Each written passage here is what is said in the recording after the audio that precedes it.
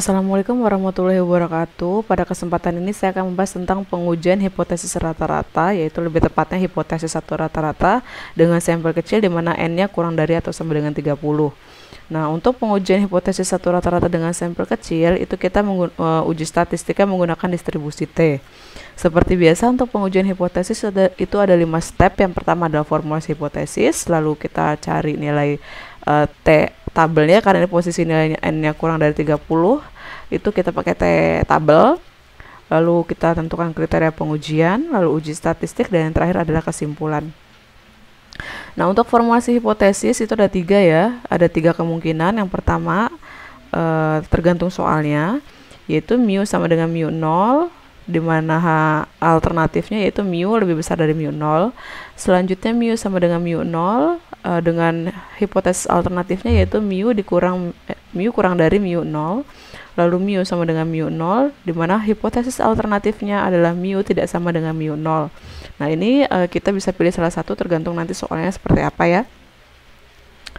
Lalu yang kedua, penentuan nilai alfa atau taraf nyata. Jadi di soal itu pasti sudah ada nilai nyata atau taraf nyatanya ya.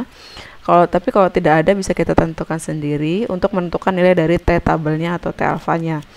Nah, menentukan nilai alfa sesuai soal, kemudian menentukan derajat bebas. Karena ini pakai T tabel, kita pakai derajat bebas yaitu n-1. Lalu menentukan nilai T dari alfa dengan derajat bebas n-1, atau bisa juga T alfa per 2 dengan derajat bebas n-1. Ini kalau dia ujinya 2 arah, yang ini adalah uji 1 arah dari tabel. Yang ketiga, kriteria pengujian, di mana berdasarkan yang formulasi hipotesis yang poin A itu H0 diterima kalau T0-nya kurang dari sama dengan T alfa, lalu H0-nya ditolak jika T0-nya lebih besar dari T alfa. Lalu untuk poin B-nya, kalau kita pakai formulasi hipotesis poin yang B, itu H0 diterima jika T0-nya lebih besar atau sama dengan dari min T alfa, akan ditolak kalau T0-nya kurang dari min T alfa. Kalau kita pakai poin yang ketiga atau poin yang C, itu H0-nya diterima jika T0-nya diantara min T alfa per 2 dan T alfa per 2. Akan ditolak jika T0-nya lebih besar dari T alfa per 2 atau T0-nya kurang dari min T alfa per 2. Nah, untuk uji statistiknya sama dengan pengujian hipotesis satu rata dengan sampel besar ya, sama rumusnya. Kalau diketahui simpangan baku itu T0 sama dengan X bar min mu 0 dibagi sigma per akar N. Kalau simpangan bakunya tidak diketahui, maka T0-nya adalah X bar min mu 0 dibagi S per akar N. Nah, kalau untuk kesimpulannya yang terakhir adalah kita menyimpulkan tentang penerimaan atau penolakan H0-nya ya, sesuai dengan kriteria pengujian yang tadi kita pilih. Untuk lebih mempermudah, itu kita lihat ke contoh soal. Sebuah sampel terdiri atas 15 kaleng cat memiliki isi berat kotor sebagai berikut. Ini adalah isinya ya, 1,21 kilo per kaleng, dan seterusnya. Jika digunakan taraf nyata 1%, dapatkah kita meyakini bahwa populasi cat dalam kaleng rata-rata memiliki berat kotor 1,2 kilo per kaleng dengan alternatif tidak sama dengan. Nah, di sini diminta alternatifnya tidak sama dengan ya, serta berikan evaluasi Anda. Oke. Untuk melakukan pengujian hipotesis, step pertamanya adalah formulasi hipotesis.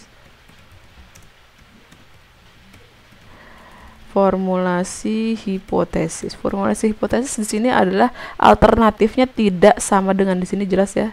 Alternatifnya tidak sama dengan. Berarti kalau tidak sama dengan, kita akan pakai poin yang C. Nah, ini ya. Karena dia tidak sama dengan, kita pakai poin yang C.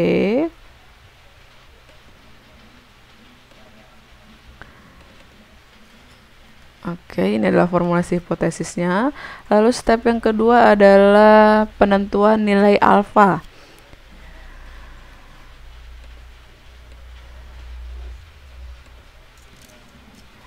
Step yang kedua adalah penentuan nilai alfa, yaitu nilai alfanya atau taraf nyatanya yaitu sebesar 1% ya. Di sini di soalnya adalah 1%. Kalau kita jadikan bentuk desimal itu sama saja dengan 0,01.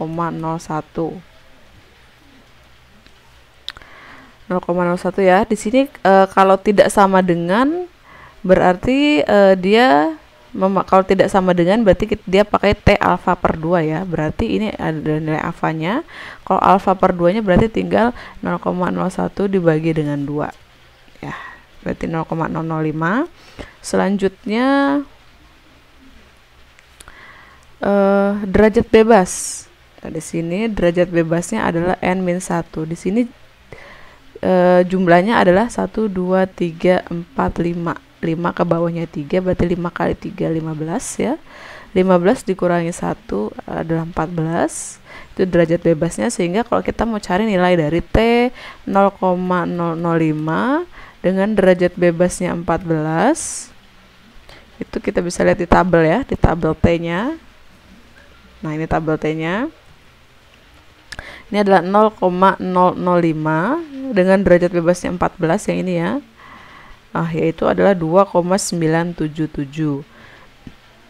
Oke, dia adalah nilainya 2,977. 2,977. Oke. Sudah ketemu nilai T alfa per 2-nya. Kita akan selanjutnya ke kriteria pengujian. Kriteria pengujian.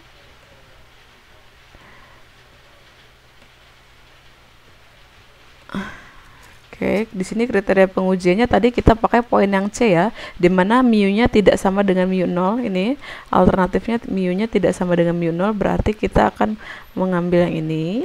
Kriteria pengujiannya yang ini ya. Kita pindahkan. Ini adalah kriteria pengujiannya. Lalu selanjutnya adalah uji statistik. Nah, untuk uji statistik di sini sigmanya tidak diketahui, sehingga sigmanya tidak diketahui atau simpangan bakunya tidak diketahui ya. Sehingga kita memakai rumus S. S itu pada video saya sebelumnya, rumusnya itu adalah S sama dengan akar dari sigma X kuadrat dibagi N-1 dikurang sigma X yang dikuadratkan dibagi dengan N dikalikan N-1. Nah, untuk berarti kita pakai yang ini ya, karena nilai simpangan bakunya tidak diketahui, berarti kita akan pakai yang kedua atau yang poin yang B. Oke, sehingga kita akan mencari yang step pertama adalah kita akan mencari sigma X, lalu sigma X yang dikuadratkan, setelah itu sigma X kuadrat. Oke, di sini datanya saya akan pindahkan dulu.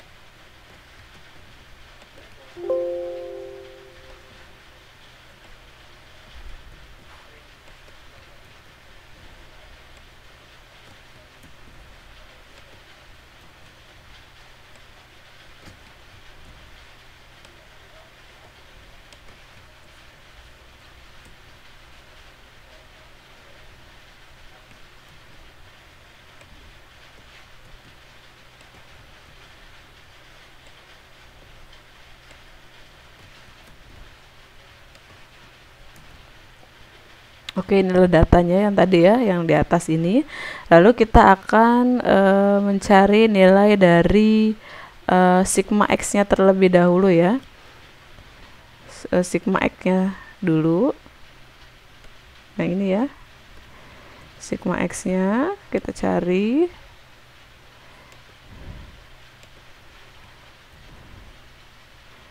Ini adalah sigma X-nya. Sigma X-nya yaitu sama dengan sum dari semuanya dijumlahkan ya. Semuanya sigma X itu adalah penjumlahan dari semua data X. Oke, lalu kita enter. Ini adalah sigma X-nya.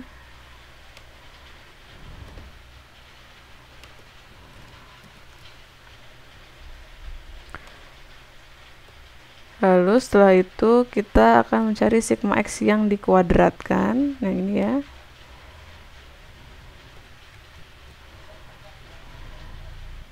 Oke, ini adalah sigma X yang dikuadratkan, berarti tinggal kita hitung sigma X kita kuadratkan, sigma X kita pangkat 2. Ini adalah sigma X-nya, sigma X yang dikuadratkan. Lalu selanjutnya kita akan mencari sigma X kuadrat. Berarti kita harus cari dulu X kuadratnya. X kuadratnya berarti sama dengan ini adalah nilai X-nya, kita pangkatkan dengan 2. Oke, kita tanggal tarik saja kalau menggunakan Excel ya. Oke, ini adalah hasilnya. Lalu sigma X kuadrat. Sigma X kuadrat itu hasilnya adalah sama dengan sigma itu jumlah ya, jumlah dari yang ini. Jumlah dari X yang sudah dikuadratkan tadi.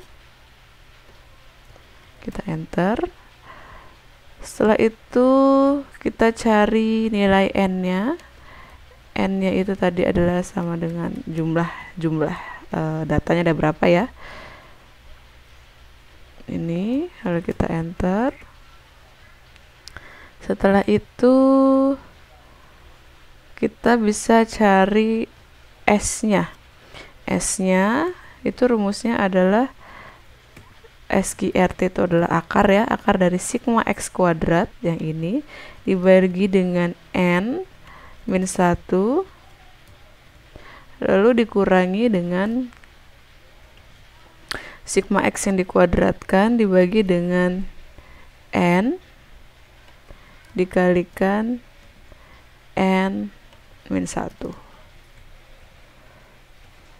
Oke, kita enter. S-nya adalah 0,02.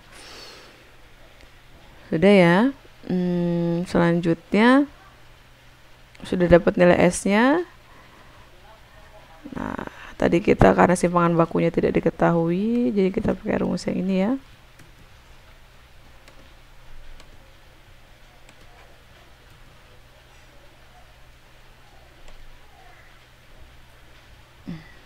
Biar lebih mudah saya dekatkan. Oke.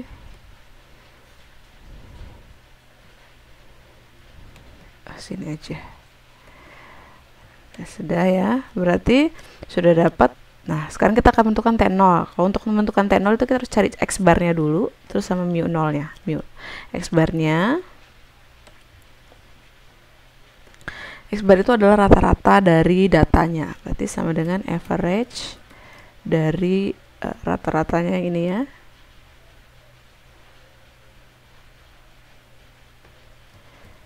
Oke, ini adalah X bar-nya. Lalu mu 0. Mu 0-nya tadi kita bisa lihat ya di sini berdasarkan soalnya. Jika digunakan taraf nyata 1%, dapatkah kita meyakini bahwa populasi cat dalam kandang rata-rata memiliki berat 1,2? Berarti itu adalah mu 0-nya ya. Berarti di formulasi hipotesisnya ini mu 0-nya kita ganti dengan 1,2 ya. Ya. Nah, seperti itu ya. Jadi mu 0-nya adalah 1,2. Nah, setelah sudah semuanya, tinggal kita cari T0-nya. T0-nya itu adalah sama dengan X bar dikurangi dengan mu 0 dibagi dengan S yang dibagi dengan SQRT dari N atau akar dari N ya. Oke, sudah kita enter. Nilai T0-nya adalah 1,653.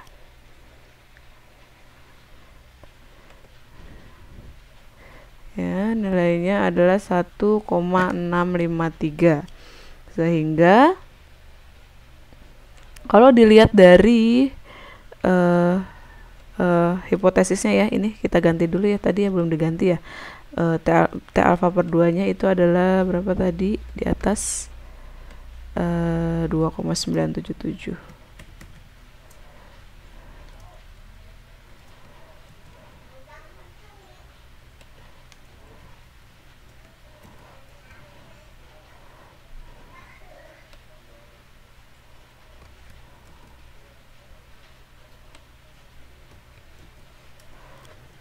Oke.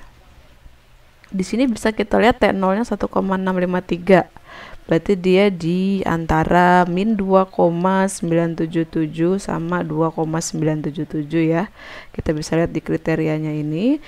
Sehingga di sini ya kesimpulannya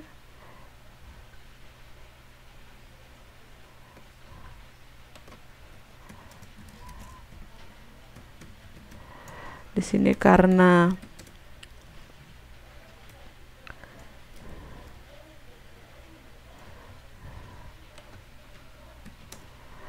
ya kita bisa simpulkan di sini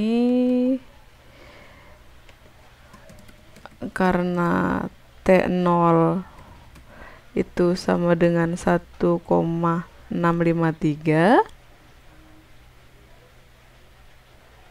atau bisa juga karena yang ini ya, kita copy aja yang ini ya, karena si yang ini deh.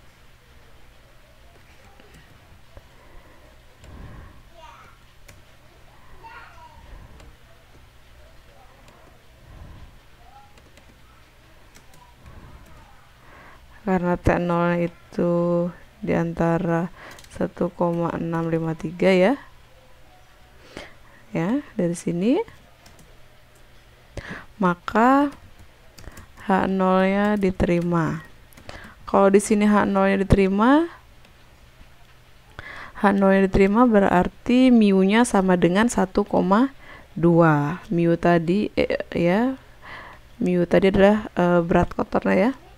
Jadi karena mu-nya sama dengan 1,2, sehingga jadi populasi cat dalam kaleng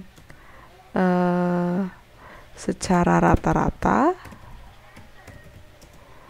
berisi berat kotor 1,2 kg per kaleng. Nah, ini adalah kesimpulannya ya.